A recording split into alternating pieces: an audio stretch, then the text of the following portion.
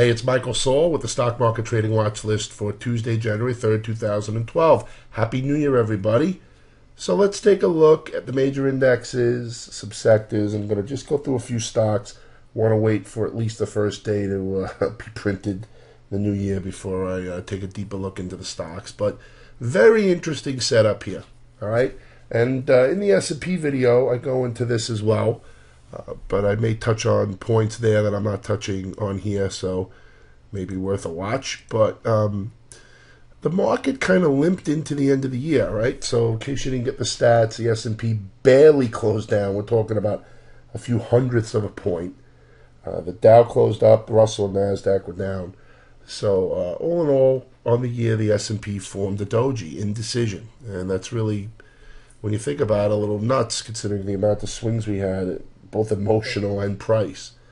And the market got boring. After this big run-up off the lows, we just kind of wound down and got boring and boring and boring. And right here, we're sitting right on the 200-day.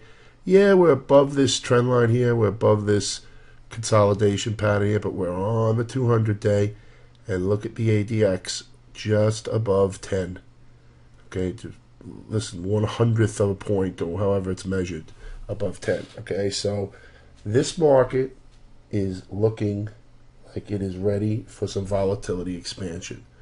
Okay, the volatility contraction expansion cycle is one of the most powerful cycles, powerful and predictable cycles since charting has been used, right? Whether you want to call it the Japanese rice contracts, or you want to call it when Charles Dow pioneered it, whatever it is, okay? But this is a very predictable cycle. Periods of low volatility turn into periods of high volatility and vice versa, okay? Taking advantage of this cycle, in my opinion, is much more important than worrying if we're going to go up or down, okay? Let the market tip its hand. Now, we're basically at an equilibrium point. Anybody who tells you they know which way the market is going to go here is just lying. They're just guessing. I mean, I'm going to take a guess. I think that we go higher, but it's a guess. Okay? Now, that is overruled by the volatility contraction, in my opinion. Yeah, I think we might go up here, but the volatility contraction is going to be my guide. When that expands, when we get expansion from this. And this may not be all we get. We may continue to chop around a little bit. Nothing's saying, oh, it's at 10, we have to expand here. No. We could get lower. The SPY is under 9. We could continue to grind here. And nothing's saying that we're going to expand one way or the other, and it's going to go in a directional line.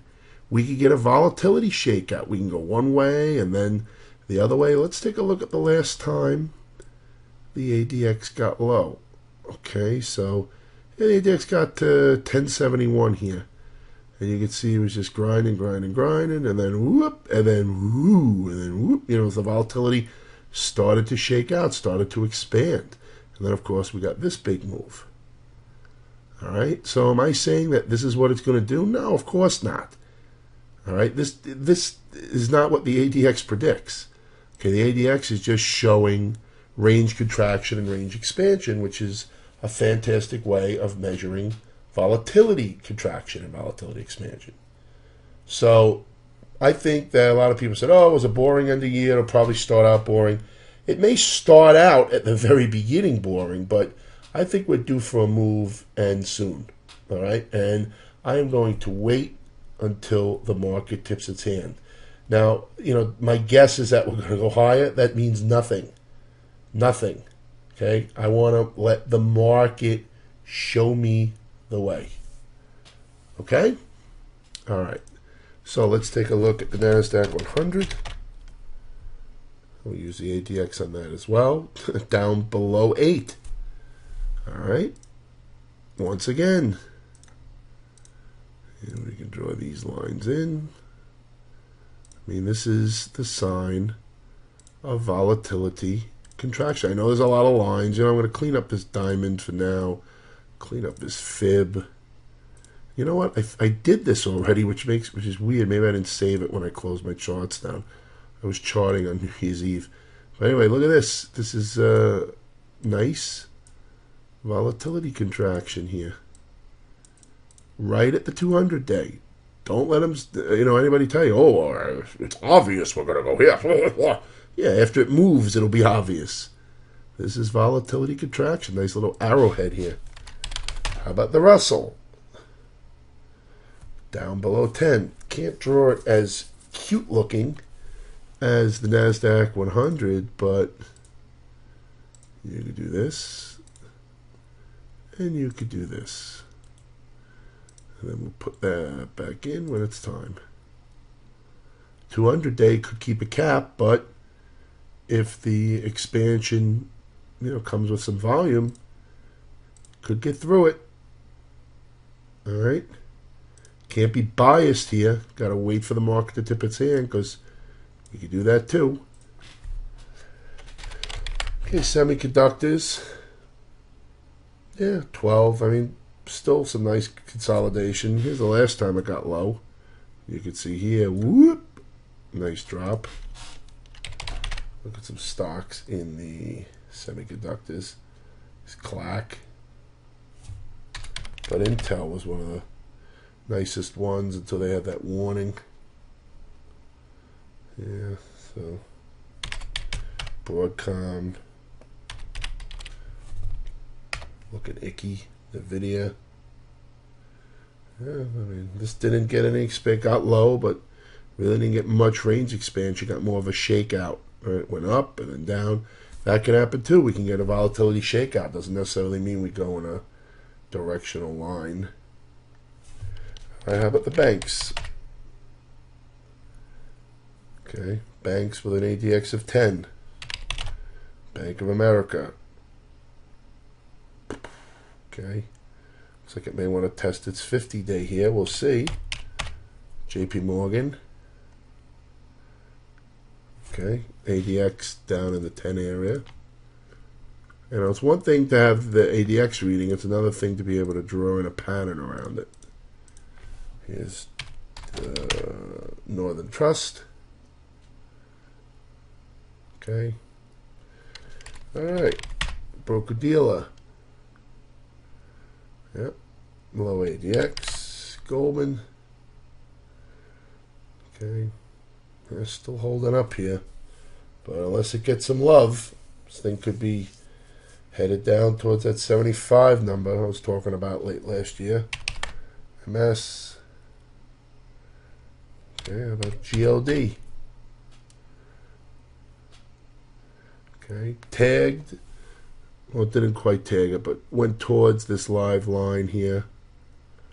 I'll clean this up a little bit. I think GLD has to find itself early on in the year. See if it sets up another type of pattern. SLV. Sometimes TradeStation hangs, so go back to it. There's a USO. This is oil. All right, here's the USO. Sitting here in this potential consolidation. SLV. I think SLV and GLD have to digest for a few days. Cyclicals. We skipped the cyclicals. Skipped right over them.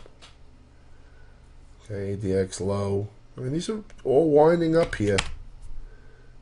May not see something right away, but should eventually lead to a move. Here's AA, not doing much. Trying to get a little dead Alcoa bounce. Here's Caterpillar in a range. All right, how about the glamour boys and girls? Here's Apple. Excuse me. Okay, Apple and a nice little consolidation. The market starts off on a good note. Be watching for us to test these this gap here at 416, and then the highs up here at 426.70. Amazon. Okay. Nice strong trend to the downside. Can't get over that 10-day moving average. Google. And rocking and rolling. 650, 675 next. Baidu. Not much. Sina. Not much. There. How about Priceline? Ready to drop again? I don't know. Not a real strong signal. And then what about CMG? We saw this dribble out the top here, but Friday, look, it almost gave it back. So, like I said, I'd rather look at these stocks after at least a day is in. Here's Visa. Up and then giving most of it back the next day. Las Vegas Sands. So we'll see what's going on here the first few days. See if they start us off on a good note.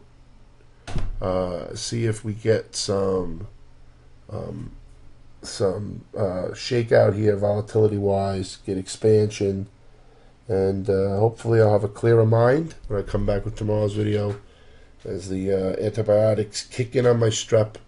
And have a great trading day, and I will talk to everybody again on Wednesday.